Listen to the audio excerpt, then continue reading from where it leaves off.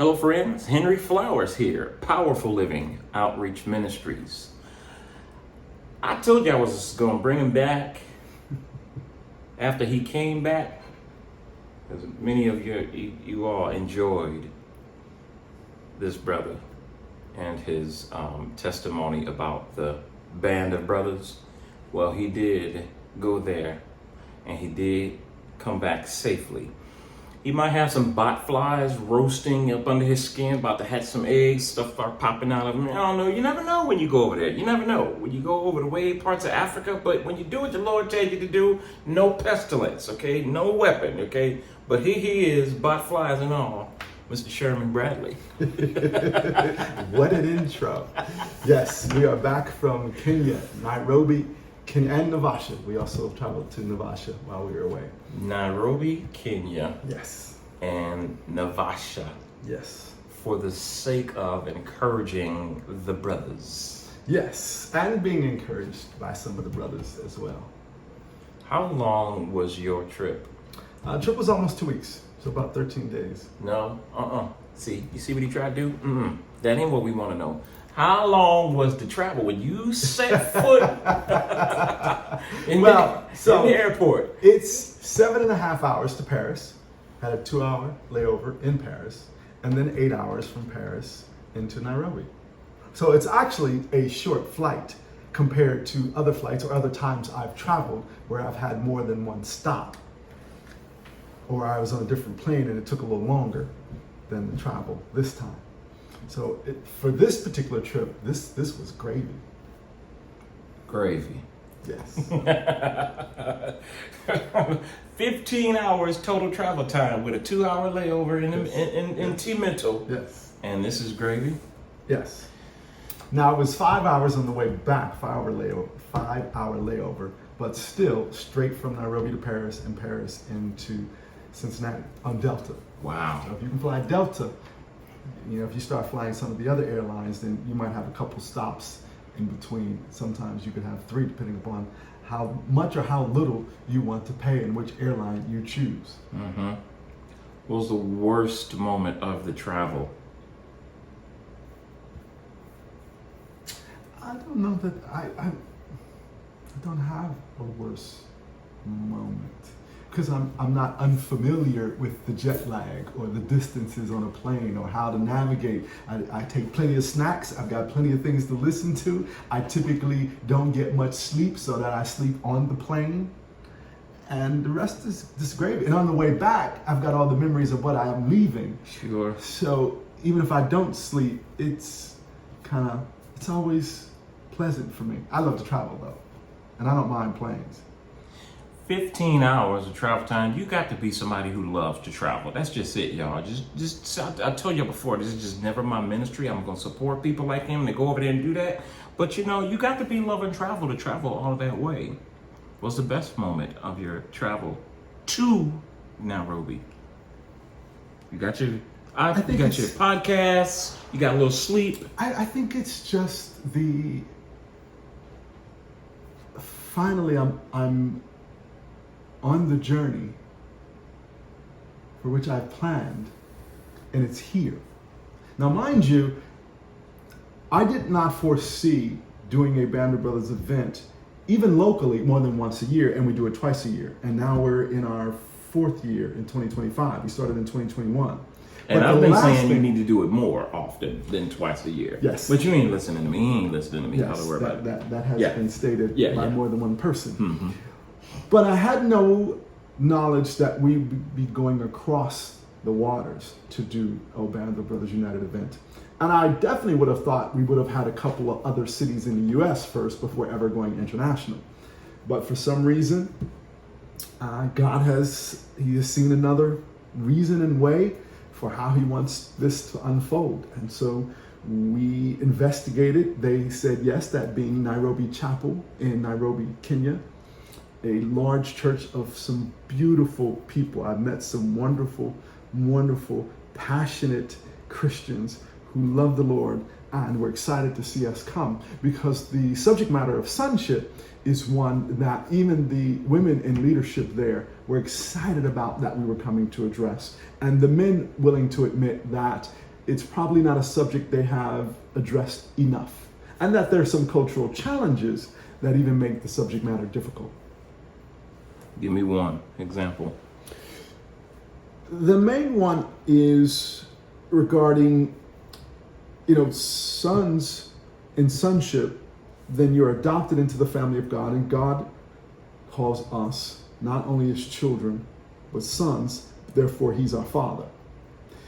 The question of, is your father proud of you, was a intense conversation because of some cultural challenges and just difficult family dynamics that happen anywhere around the world, quite frankly.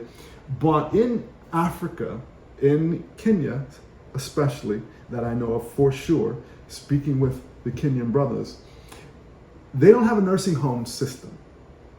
So the firstborn male is responsible for preparing to take care of his family, his parents, when they retire.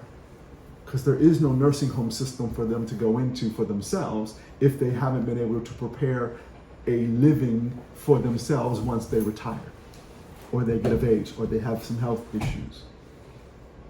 That's a lot of pressure. You couple that with the fact that they are very high on education, which is probably not a surprise to most people. But the education part really has to do with becoming a professional in some careers of some sort, such that you are prepared to financially be able to take care of a family. Now, this providing assistance, though, isn't just when they retire. So even if you're going abroad to school, you're responsible for sending some money back home, even if you're in school. And abroad can mean, even if you're in a rural part of Kenya and you come into the capital city, Nairobi, to go to school, that's going away. You're responsible for sending money back home. There's a lot of pressure. Now, if you're someone who doesn't want to be a doctor, a lawyer, or some kind of professional, and you want to be perhaps a musician or an artist or something of that nature, there's a challenge with whether or not the family is going to be proud of you. The way that they view what they think is necessary for you to garner the kind of income required to be able to help meet the needs of the family, especially if the parents aren't educated themselves and you're the first, or in a line of the first generation that's actually becoming educated such that you can go get the kind of job nobody has ever had. That's a lot of pressure. And so there was this conversation about they have rarely, if ever, heard their father say they're proud of them. So that was translating into something that they did not think of as it relates to their Heavenly Father.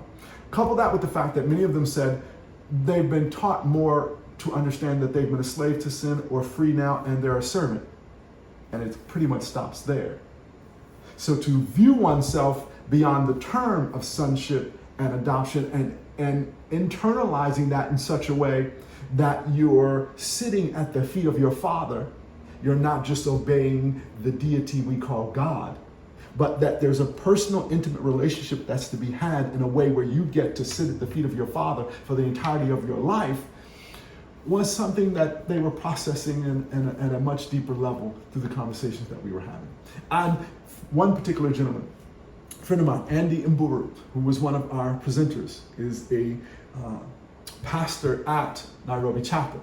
He started us off in the morning and he told a story, his story, because he has been a musician and a worship pastor and now is a care pastor for the church. But his father's Catholic. So his father does not understand the inner workings of evangelical church. So his father is unsure about what he does, because in the Catholic Church there is no care pastor. You've got the priests, some nuns, and some altar boys, maybe some deacons. That's pretty much it. But this particular young man, I say young, he's in his 40s, is telling the story of how his father doesn't understand why he gets paid to quote unquote sing. Because that's the framework for how his father sees what he does. And he said, he tells us the story where his father asked him, so what do you do Monday through Saturday? He's trying to explain what pastoral care looks like. His father doesn't get it. And to give proof and credence to what I'm trying to articulate and how this gets framed, there was one particular year where he got hired by a television station to do an hour program. He was, I think, a host on a show that he had established, right? So now his father's going around telling all of his friends that his son works for the television station. So With a beam on his face, because now there's something tangible he can share that people can understand, because the people just didn't understand his son is a worship pastor, or his son is a care pastor. So his father is looking for something to be proud of. Looking for something to be proud of. That was all related to works. Not who he is as a person, because he's a great guy. Would give you the shirt off his back. That's why he's in pastoral care now. That's not enough. It has to be a works-based thing. It has to be something that in a earthly sense can be articulated to earthly people.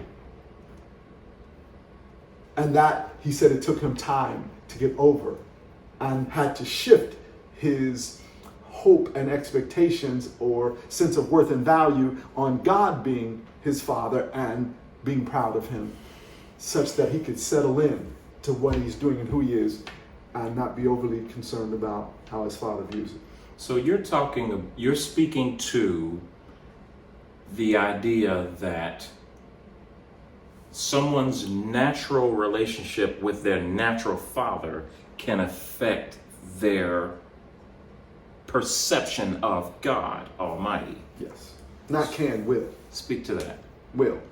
And oftentimes, until there's a depth of reflection, it's oftentimes unconscious.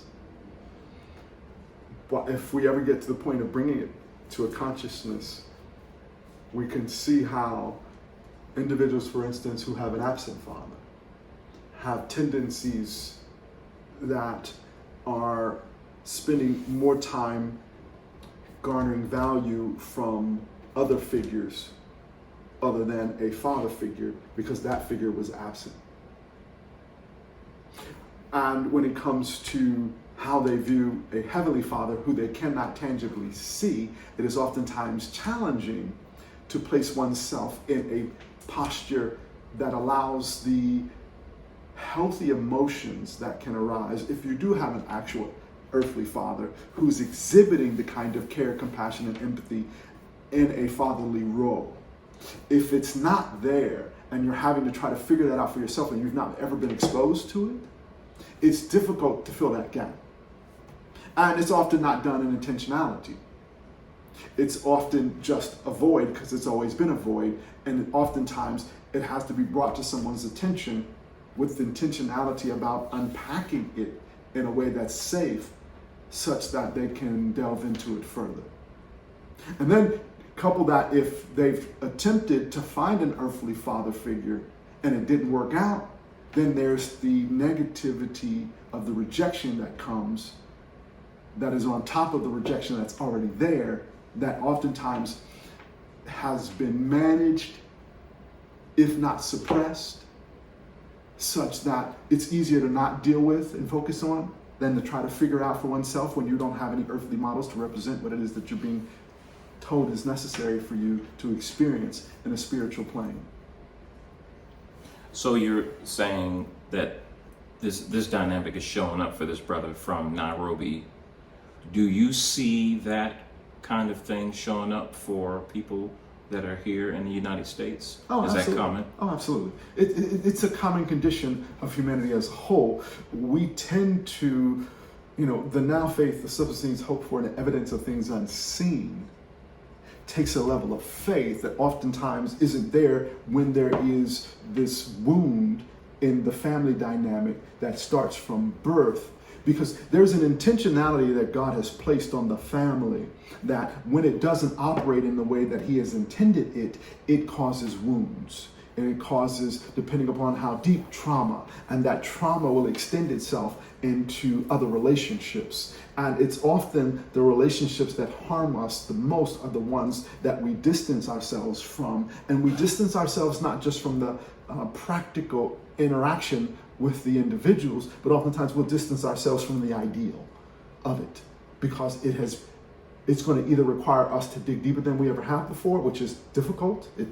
Sometimes it requires outside assistance, depending upon how deep that wound is. And oftentimes people aren't intentional about going to get that kind of assistance to unpack the depth of some of those abandonment and rejection issues. And sometimes it takes such a season to do so that there are folk I've met who've started but never finished.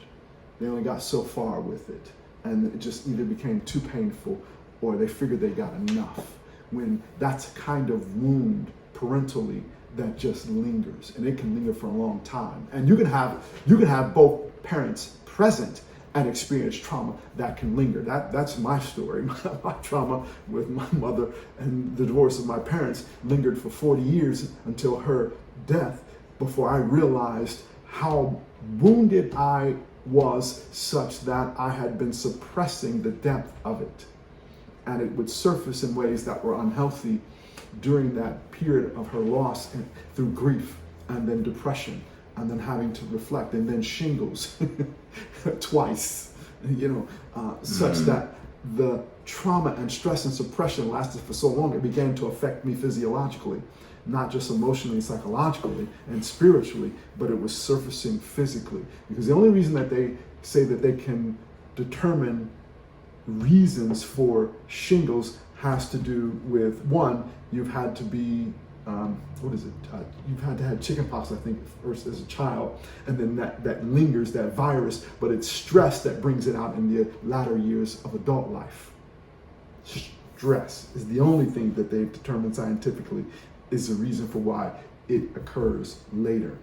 So when you think about the father hole, or the mother hole, as we like to say, it can really, really alter how we're going to view God, and whether or not we're going to see ourselves as a child, a son or a daughter who has a father that really values them in spite of what has happened in the earth. It's typically clouded by what has happened in the earth.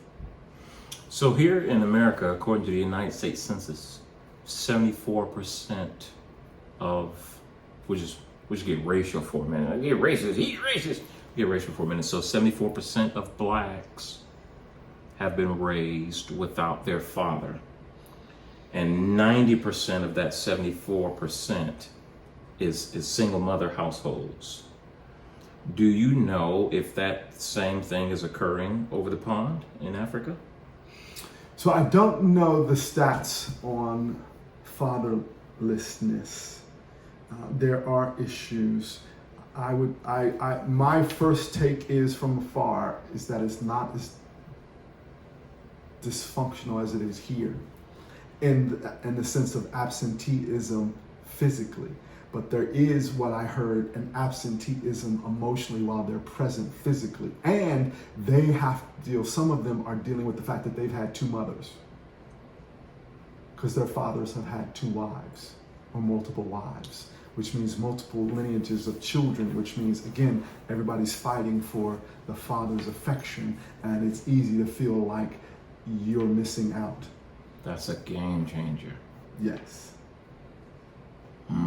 Yes. So now it goes from daddy hunger to almost to the daddy battle. Well, and you're battling folks for his attention, absolutely, for his favor, for his approval, absolutely. And multiple groups of kids. Somebody, you ain't even know Junebug. I thought Junebug was related to Ray Ray. No, he related to you. No. I'm not talking about that way. That's an American perspective. No, they live underneath the same house. In the same house. Yes. They're living in the same land. Brother together. Married to Umfufu and Umtume in the same house. What? Yes, there are some who were sitting in that audience who grew up with multiple mothers in the home. So so this is obviously a huge obstacle, hurdle for you to overcome with bringing the Band of Brothers idea, live like sons, to lead like fathers, and then you take it across the pond and there's this whole different dynamic. Yes, which means we scrapped what our initial idea was for how we were going to deliver this theme and this message. Because sitting down, for instance, with my brother Andy, before the event took place, it became clear that we were going to have to unpack some of the cultural challenges long before we could get into the theology of sonship. We had to address how are they navigating what they're experiencing culturally, and what does that mean to them to actually have to put the kingdom principles for what God says above what they have been acculturated into. No different than what you'll find in other ethnic groups who have to oftentimes, for instance, us, there's this nature of Afrocentricity that we would put in some circles above our Christian faith, and we want to cloak everything in everything that is African centric, such that we are really prominent in experiencing and expressing our ethnicity that sometimes can get in the way of us operating as kingdom citizens, as children of God, as one new humanity, where it's one faith, one Lord, one baptism. All of us are in this thing called the body of Christ together, but we center out our ethnicity in such a way that it becomes our identity. Oftentimes it can become an idol. And so we have to address some of the cultural dynamics. This happens here in some of the evangelical circles where nationalism is what is their idol. While they claim that they're being Christian, we see that the behavior is strictly based upon how they want to be nationalists first, and then they'll filter in the morals that they like and agree with as it relates to the Word of God. But they're not operating under kingdom principles. They're operating under traditions for how they view how they want to be seen and operate in this land. And the difficulty going across waters is that we have to be very sensitive to those cultural dynamics in the process of building relationships, such that as we begin to express the theological perspectives, it's through relationship and not a dogmatic approach to right versus wrong, because that's transactional, it's not relational, and it's far more difficult to receive that, because you're talking to me about people that I love and love me, and how I have to view them differently or engage them differently that may jeopardize my relationship. That can't be done haphazardly.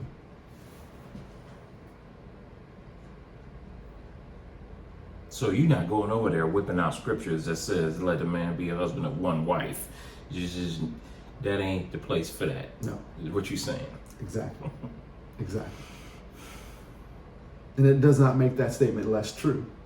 We just have to be wise as a serpent, gentle as a dove, as to how we navigate loving people where they are while we're praying and planting seeds for God to produce the increase that's going to cause the transformation necessary so that they can see through God's lenses. I don't want them seeing through my lens. I need them to see through God's lens. So it's far less about me being right, and it's far more about me being righteous. And the righteousness for which we are to operate in is far more relational than oftentimes we give credence to. We prefer to be more pragmatic and transactional. We want to put you in a didactic learning model. We want to throw information at you that you're supposed to dissect for yourself, decipher, and then apply to your life, and your life will be different. That's one aspect of it. But the early church was in community through and through from the beginning. And they needed to be, because their lives were literally threatened. This was not a plaything. This was not about tradition. They hadn't been around long enough to have tradition. This was not about the things that we've gotten trapped in and caught up in. They weren't trying to build bigger edifices. They didn't care about how many people showed up on a particular day at a particular location. They were living this life on a day-to-day basis, and they were coming together, breaking bread, having prayer, having Bible study, sharing the Word of God, and sharing all things common, such that nobody had need. This thing was real and authentic for them. There weren't some of the trappings that we had. And then even as some tried, there was this constant battle with the disciples at the time where they were trying to help some of those who wanted to bring those traditions of Judaism into the fold, as if they needed to stay from a legalism standpoint, from the law, in ways that grace was going to be null and void. And they constantly were pushing back on that. That's still prevalent today. So you're in Nairobi, and you're the first event, and you're in front of these brothers getting ready to share. How did that go? So we had 137 people sign up, register. I've got the email list. 84 actually showed up. At 8:30 when we were to start praise and worship, only 25 were there. 8:30 in the morning. Yes. Mm-hmm. And the way that they put it was that we Americans, we keep time. They just watch time. Their own words, not mine. And so it would have been nice to have known that previously, and we'll adjust. We've already talked about doing some things differently next time to navigate that challenge. One of them is that we had it on a Friday, and we need to have it on a Saturday next time. But there were some things that just didn't offer us an opportunity to have it on a Saturday this time. So we did a Friday, which means guys had to take off work if they were working that day, which means those that came were really committed to coming and being there, because they did so. 84 of them did. But they have a different cultural dynamic when it comes to time. And sometimes it's because you just can't get to a place on time because their traffic system is chaotic. And when I say chaotic, I mean chaotic. It makes Atlanta, Chicago, New York look like child's play. Give me an example. Oh, bro, you don't want them. Let's just put it this way. There are no stop signs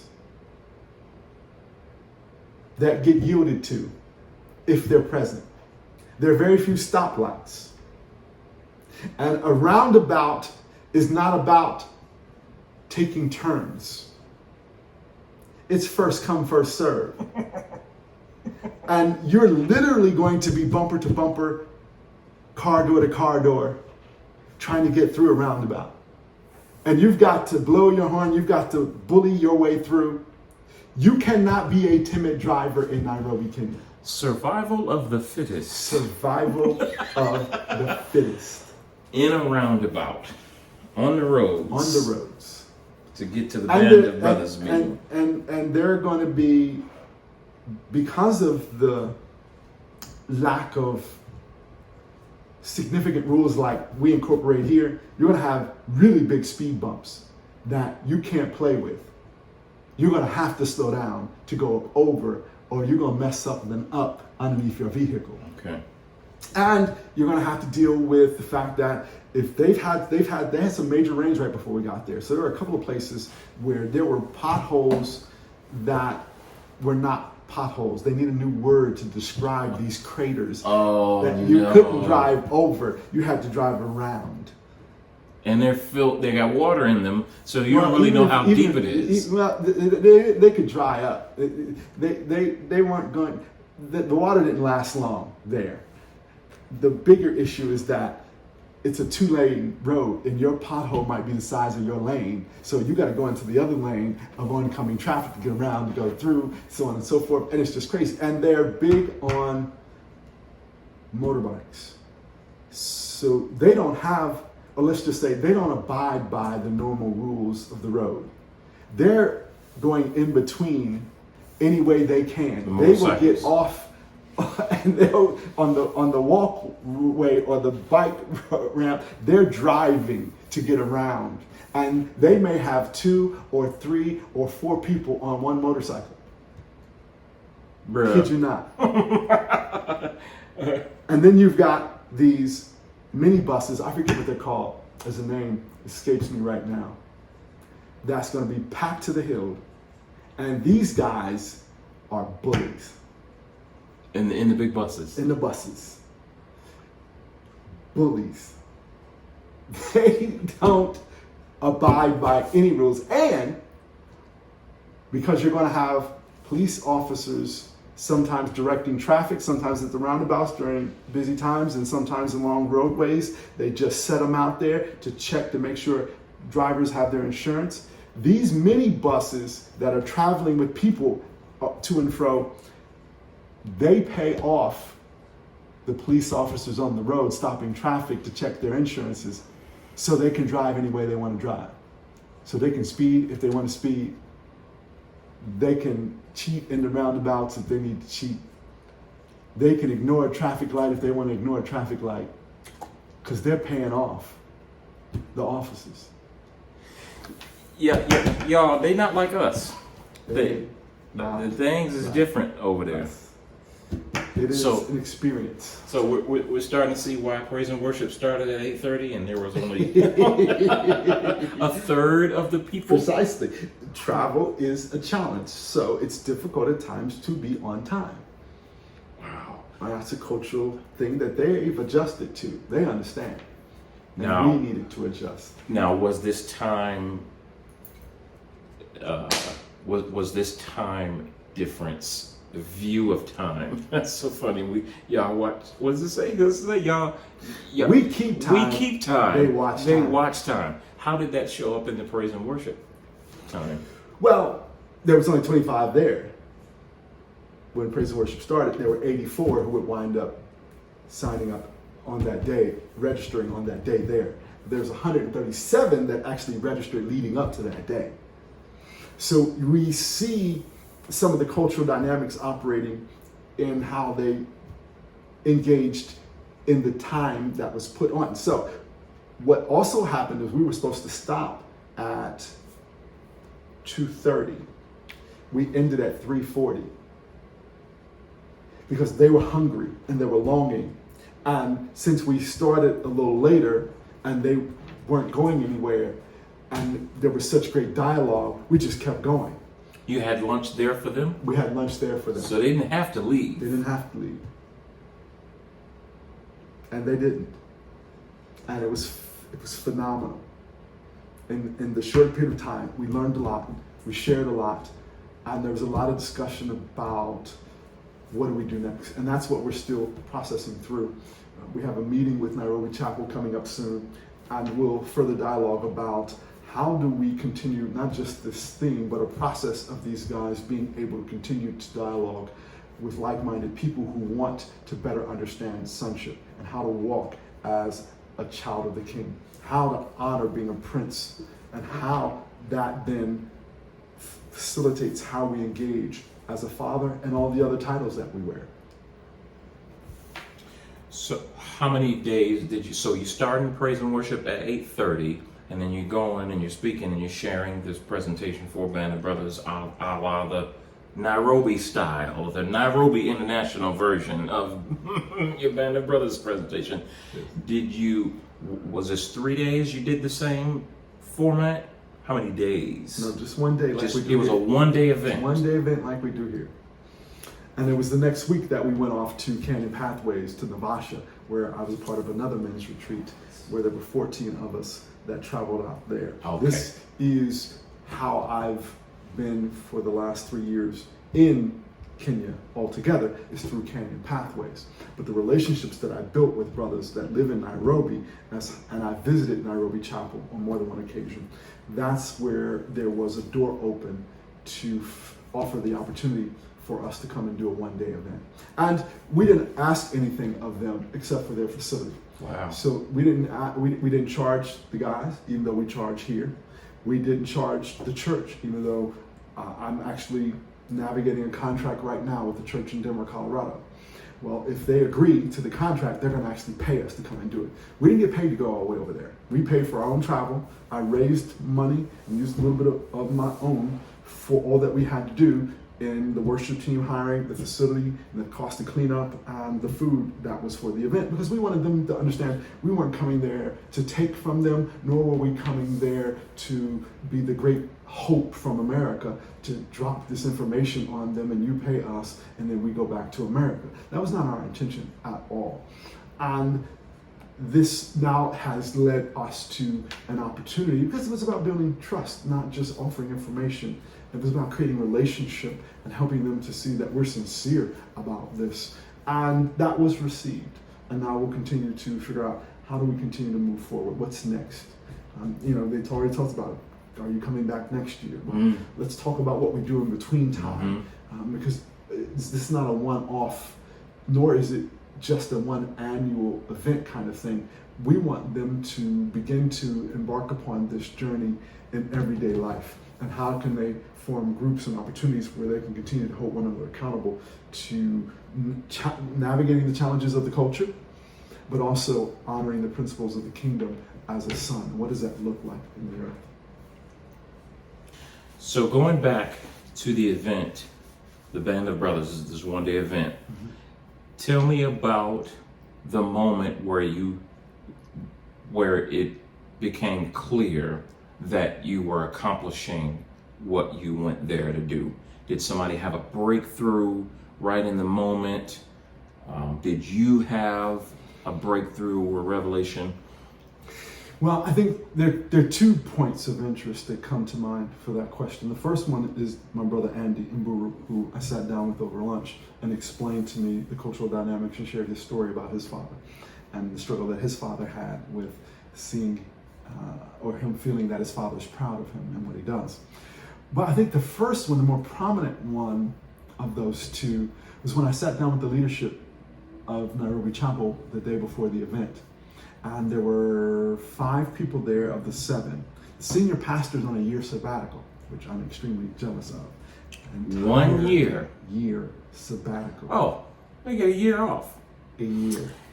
You know, when you got 2 wives and 2 families, you need your rest. You gotta Hey, fellas, that's all him. I got nothing to do with it, what he's saying. That is not the story. I know. I didn't tell him that. Glory. So the assistant pastor, the one that's taking over for this whole year, is a female. 3 of the other 4 of the 5 that were present, 4 of them were women. So I got to hear from them their excitement on this subject matter. And they shared from their vantage point as women and leaders how there's a challenge with getting the men to come together. Not just as men, but they're not coming together generationally. And so and what's interesting is they have a thriving children's ministry. They have a thriving youth and young adult ministry. And then they have a men's ministry.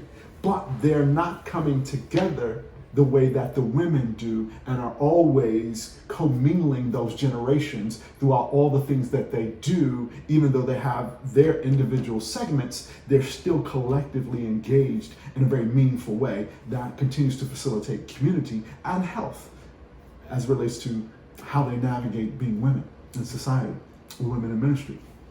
They're saying the guys aren't that unified, and there aren't enough of them in the men's ministry in comparison to the numbers of the church and what it could be.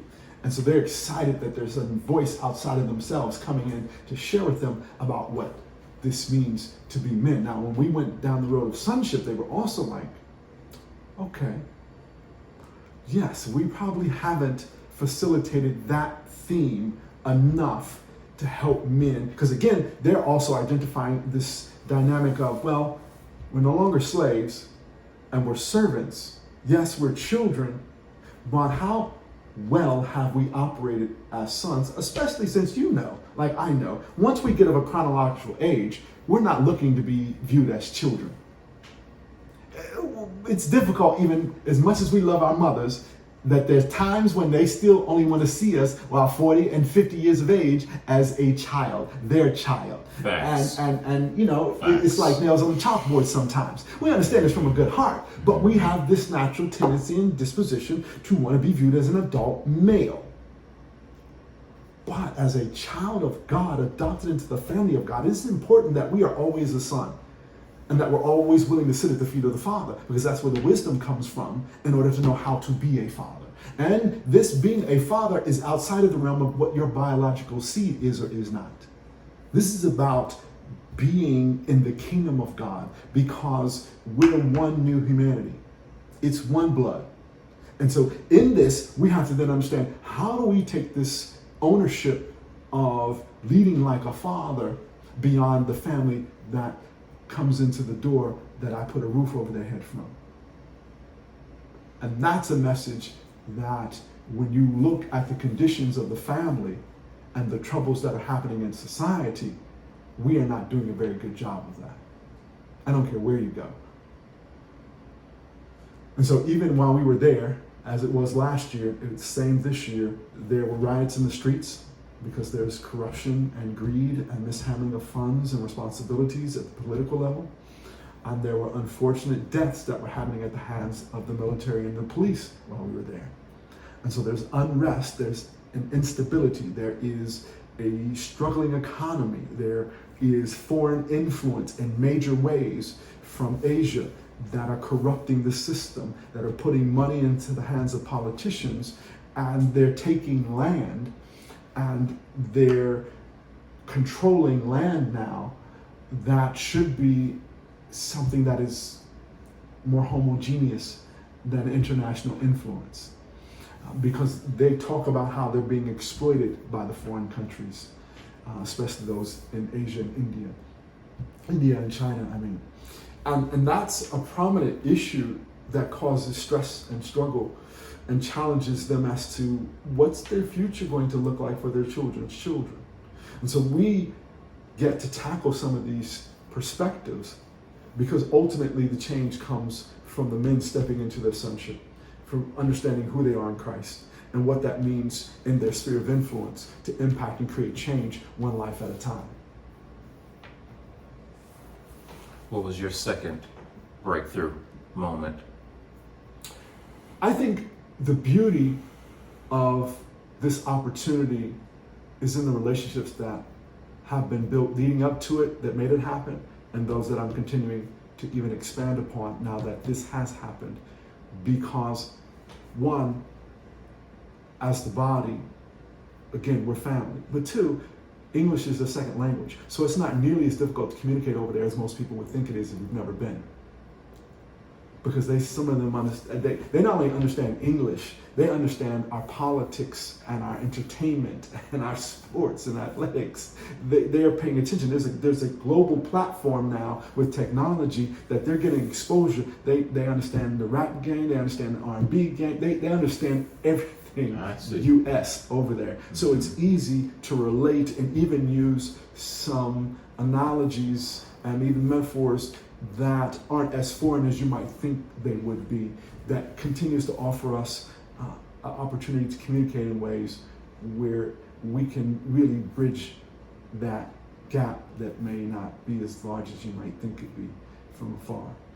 That is always encouraging, but the other side of it is, they're challenging me, and I made a commitment this year, and I said it out loud, between now and whenever I go back, even if it's not until another year, I'm going to learn some Swahili. I know a few statements here and there.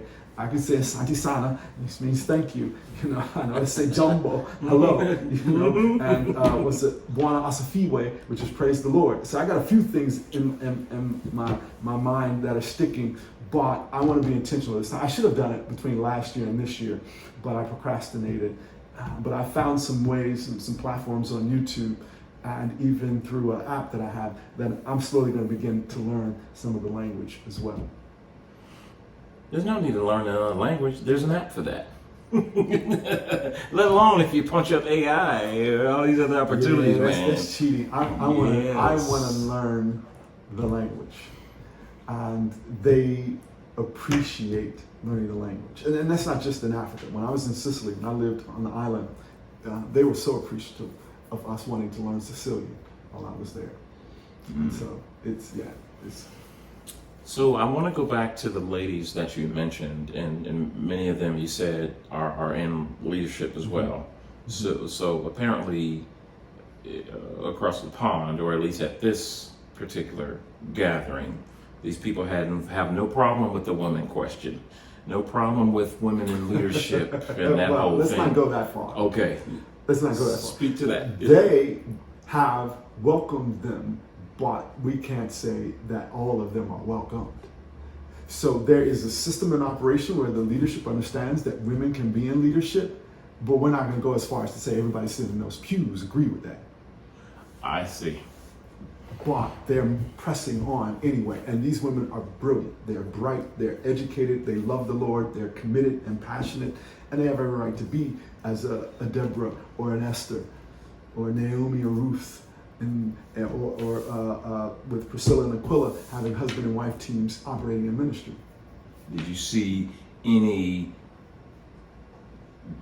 consequences of that? Any things jump off with that whole dynamic showing up during those times? No, I wouldn't have been paying attention for it even if it had. Good. Yeah, that's not my focal point.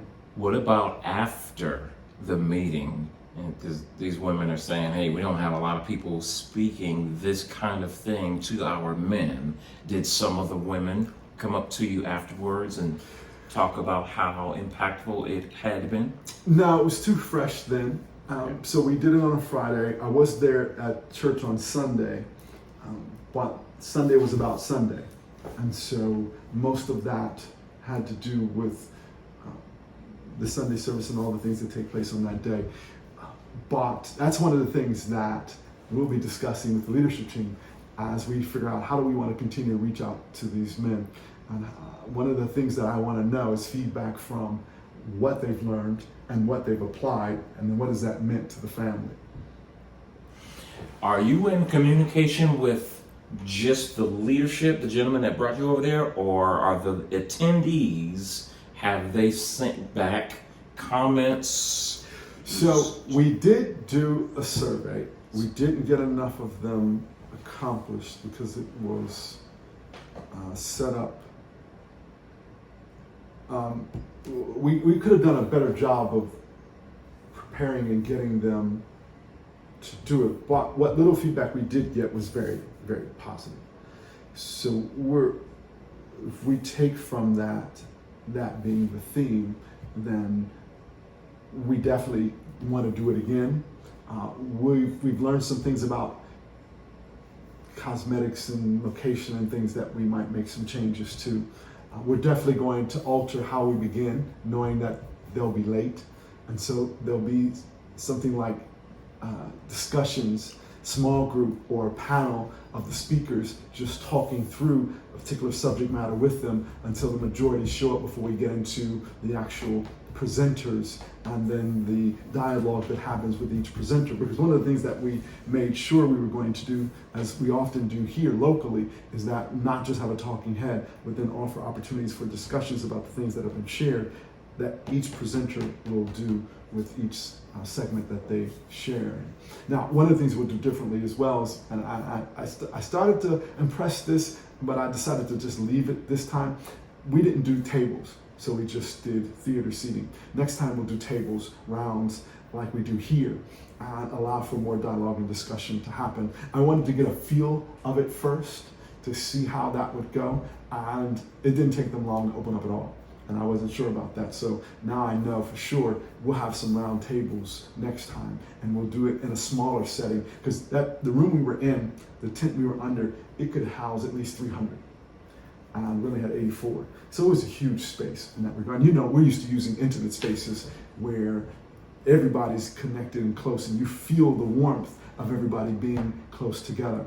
That space was huge. And then it's a tent, so there's a big open way and there were several events going on in other tents out there, so there was a lot of noise we were competing with which I'm not used to, because we're always indoors confined, such that there's no outside noise at all. It's just us. So we had to deal with some of those logistical issues that I kept paying attention to.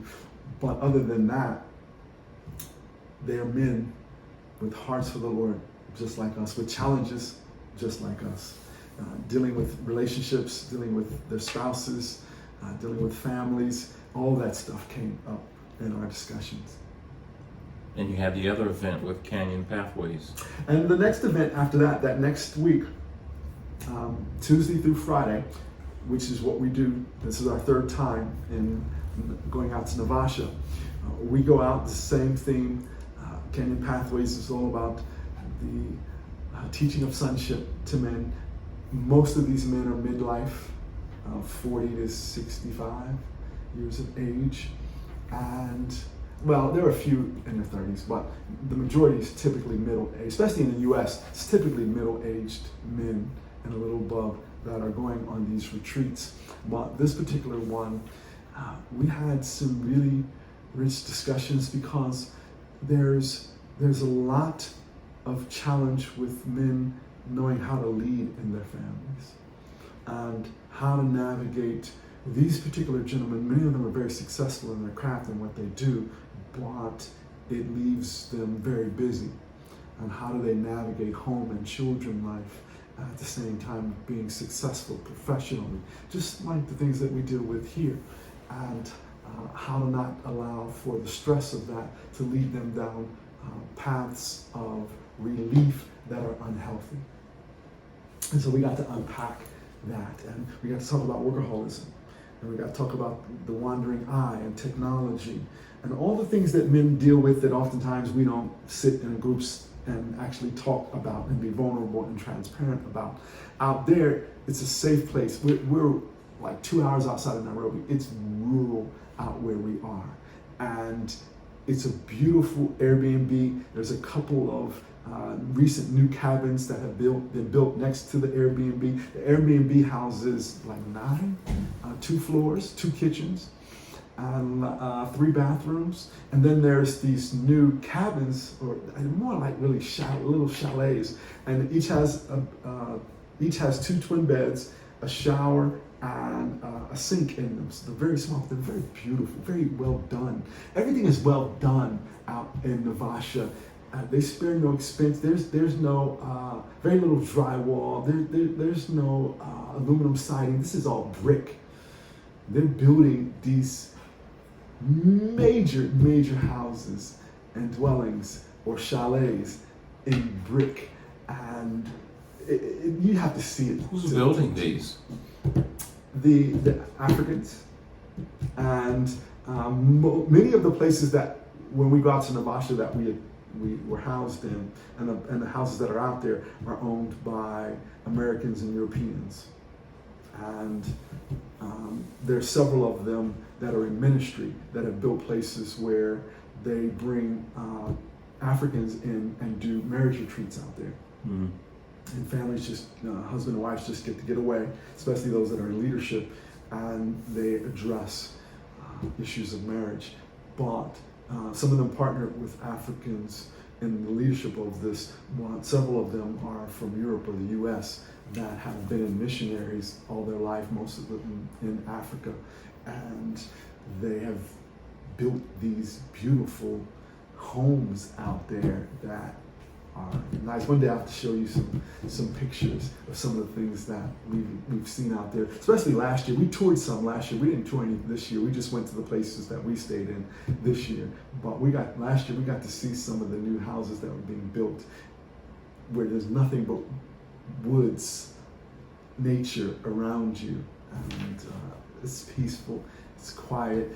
You'll hear birds, because they've got species of birds we know nothing about.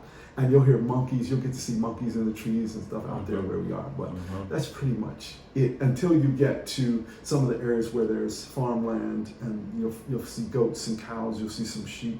You'll see some zebras and things like, I forget what they call them. I just say gazelles, because everybody knows what I'm talking about when you see those kinds of So those of y'all who are listening, y'all noticing that the animal kingdom, as he's talking, is getting heavier and heavier. We went from birds, and now we're talking about zebras. So the next question is going to be a real one. We talking about lions and tigers? No, not where we were. None of that. No, not where we were. Okay. No. That's my brother. So you talked about these gentlemen. You felt like they were more transparent in sharing the things that they are struggling with. Out in Canyon, when we just get away and it's just a dozen of us, I think it was 14 this time, yes.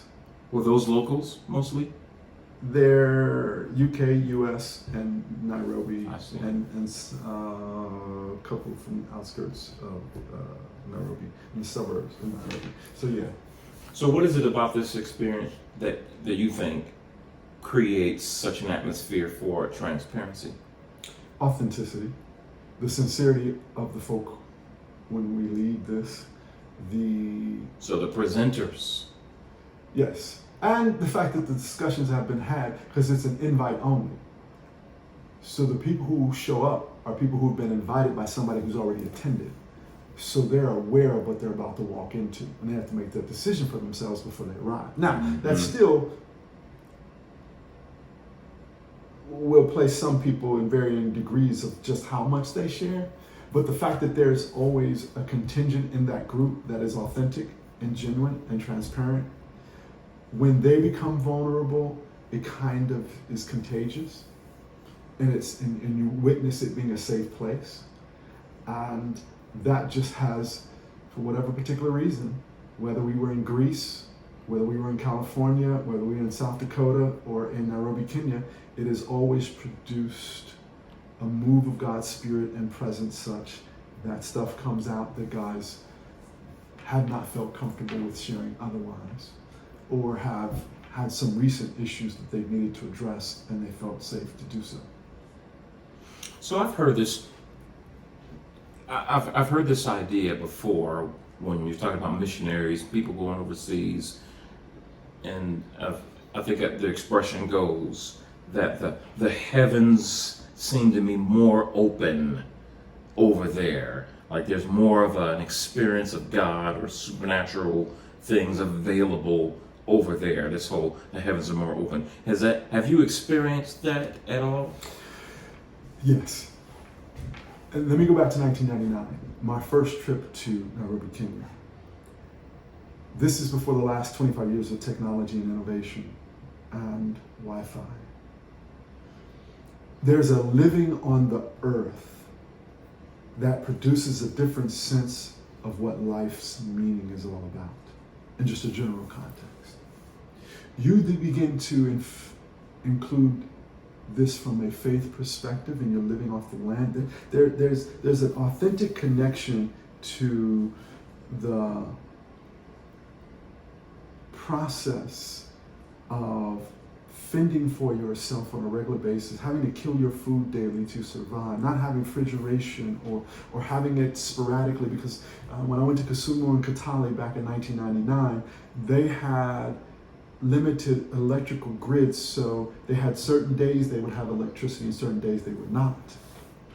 So they didn't have the comforts that we have here that allow us to grow complacent and comfortable, and we get our needs met, the very basic ones, in such frequent and effortless manner that our struggles are about first world crap, that over there they're really having to experience faith at another level, and they typically carry that into becoming people of faith and how they express their faith.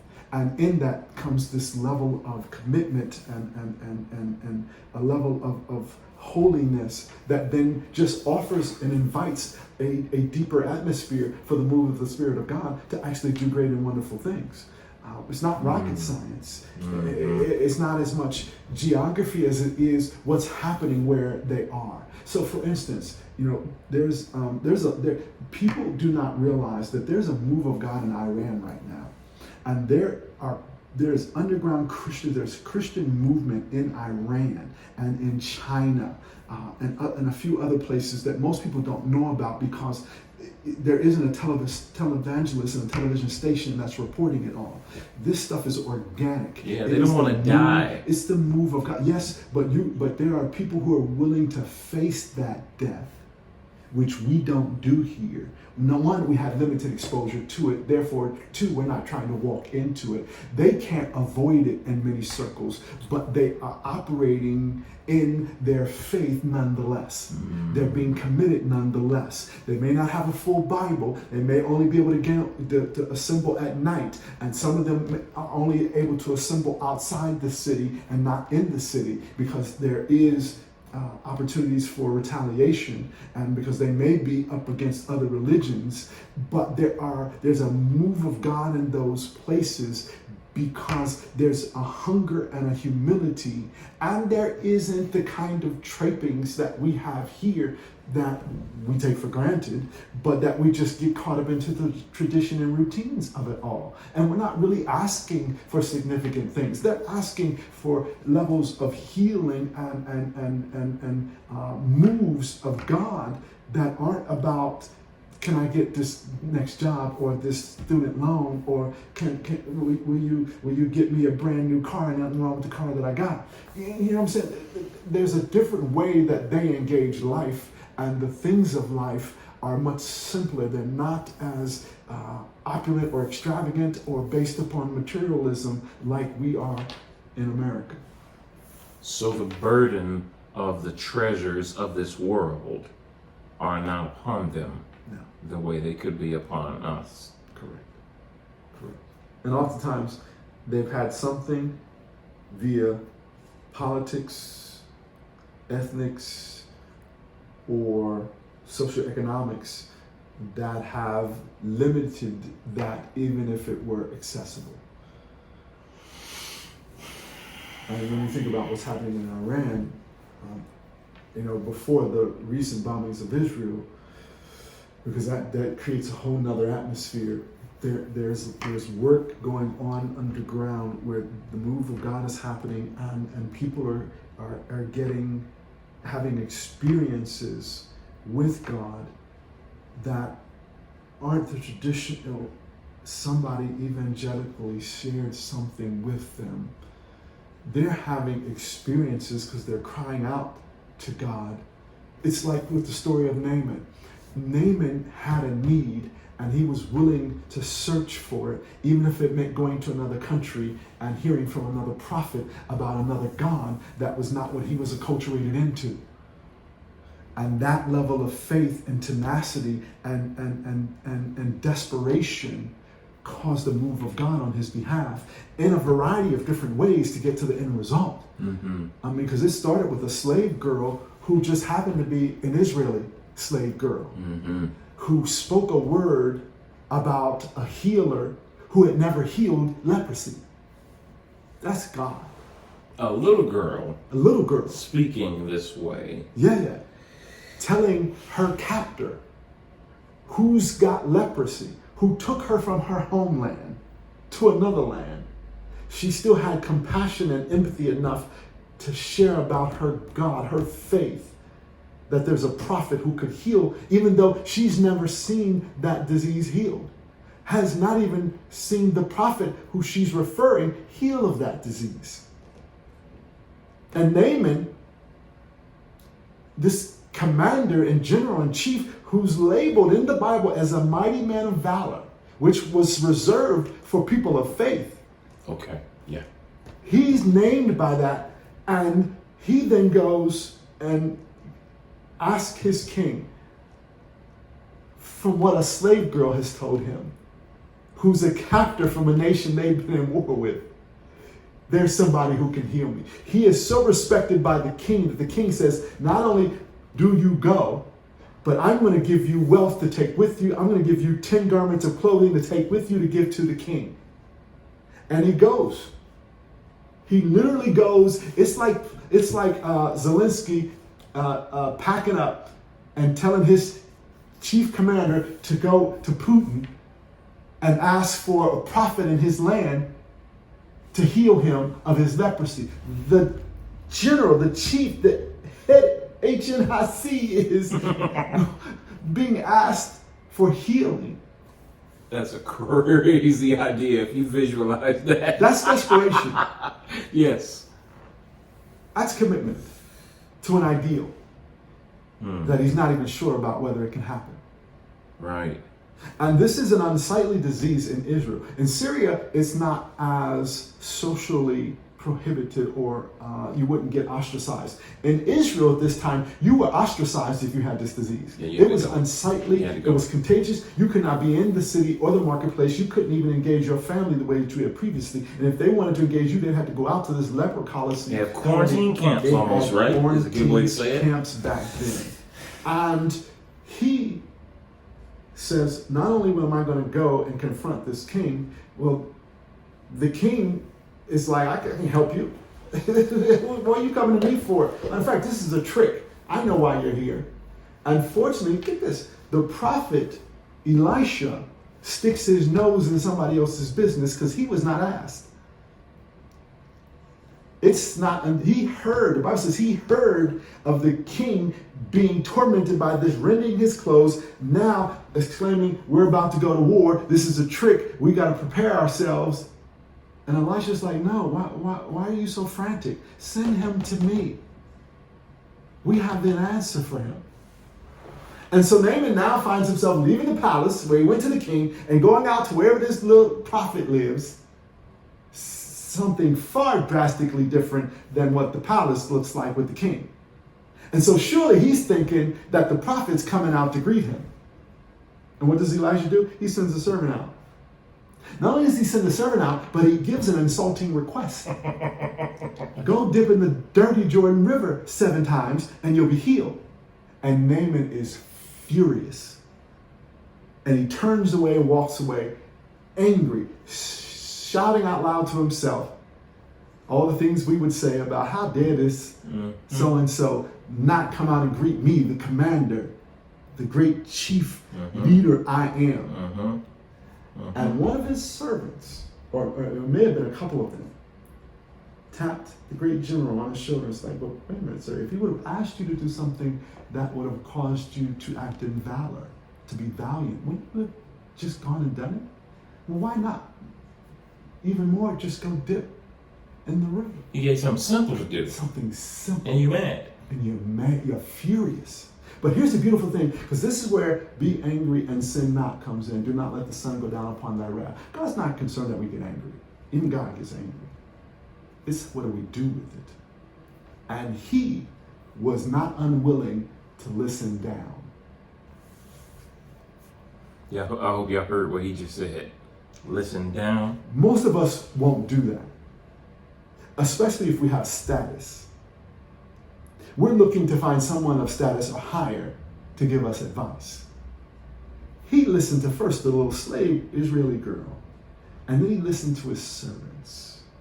And the problem with most of us in faith and what I see happening abroad, overseas, is that there's a desperation to their faith. We're not desperate here. We've got all the trappings of life. We've got the comfort and the frills of life. We're not desperate here. We'll cry and complain, but we're not desperate. I remember growing up when we would do all-night prayer vigils, and we would not sleep. We would be in church at the altar all night long. That's rare if that happens nowadays, but that'll happen overseas in certain places. There's still a hunger and a longing for the presence of God. There's still a desire for actually seeing miracles, wonders, and signs operate. We talk about them. We want them in a 911 situation, primarily for ourselves or somebody close to us. But where's there the longing for it to happen culturally or geographically or with a people group that's on their way to hell? Because we don't do lamenting well anymore. We're not trying to sit with grief. We're not trying to sit with people in despair over loss of life. We want you to hurry up and get through it so we can move on to whatever's next. But I've seen some real community in places I've been overseas where there's a longing and a willingness, and there isn't the misguided trappings of materialism to get in the way. Wow. 2 final questions that I'll have for you, and then you can feel free to share some closing remarks. So with you had 2 events there. Yes. overseas, and I guess maybe with let's talk about your Band of Brothers events first. Give me one thing that you're definitely not going to do again, just right now, because you're in talks, they want you to come back, we're working through stuff. What is it that you already know was a miss, and you're not going to try to do that again? Well, it's how we'll start the morning off will be different, knowing that there's the challenges with traffic and that they have a different way of viewing time than the way that we do, such that they've even said, something starts at one time and they know they're not going to start till a different time because people aren't going to show up until that different time. We'll work with those parameters going forward, and we'll shift in ways that will make it more conducive to just what happens in their culture. It's not a judgment, it's just a navigating what is. What was the other question? And then the final question is, what is it that you knew was a win, and you're definitely doing that again when you go back?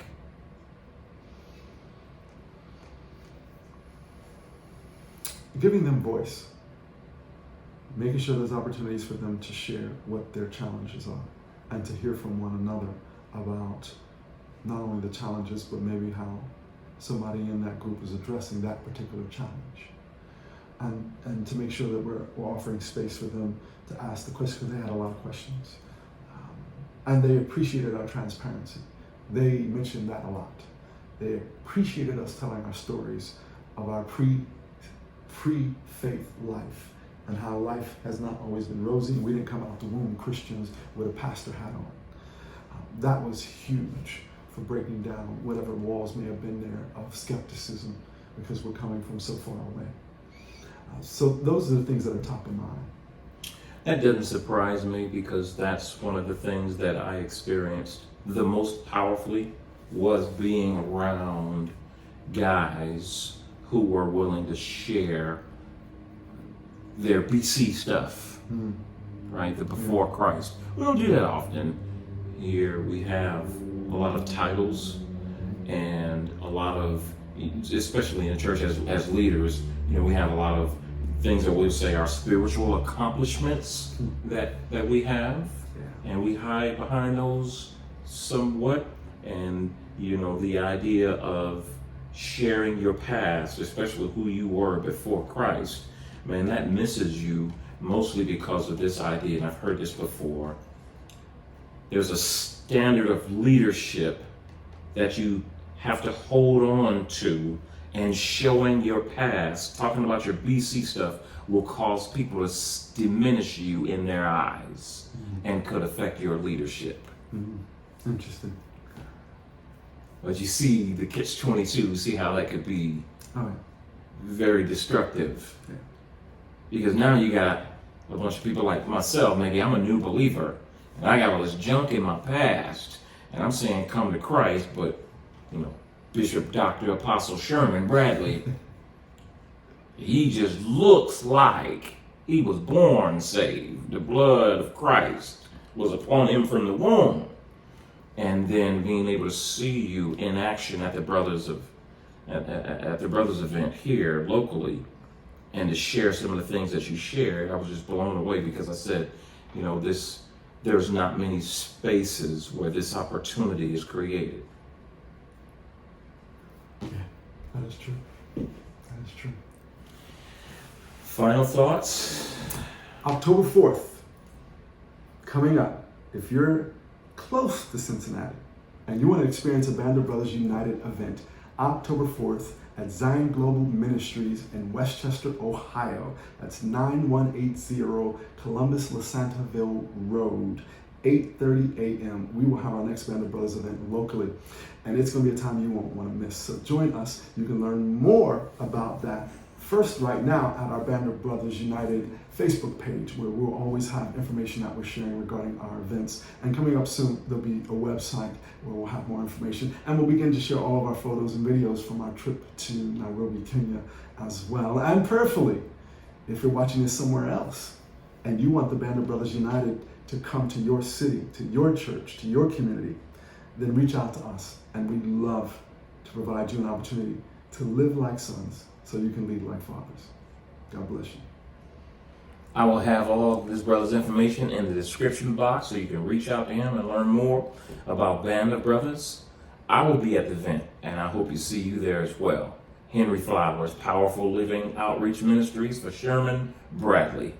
I ain't going nowhere. I'm coming back, y'all.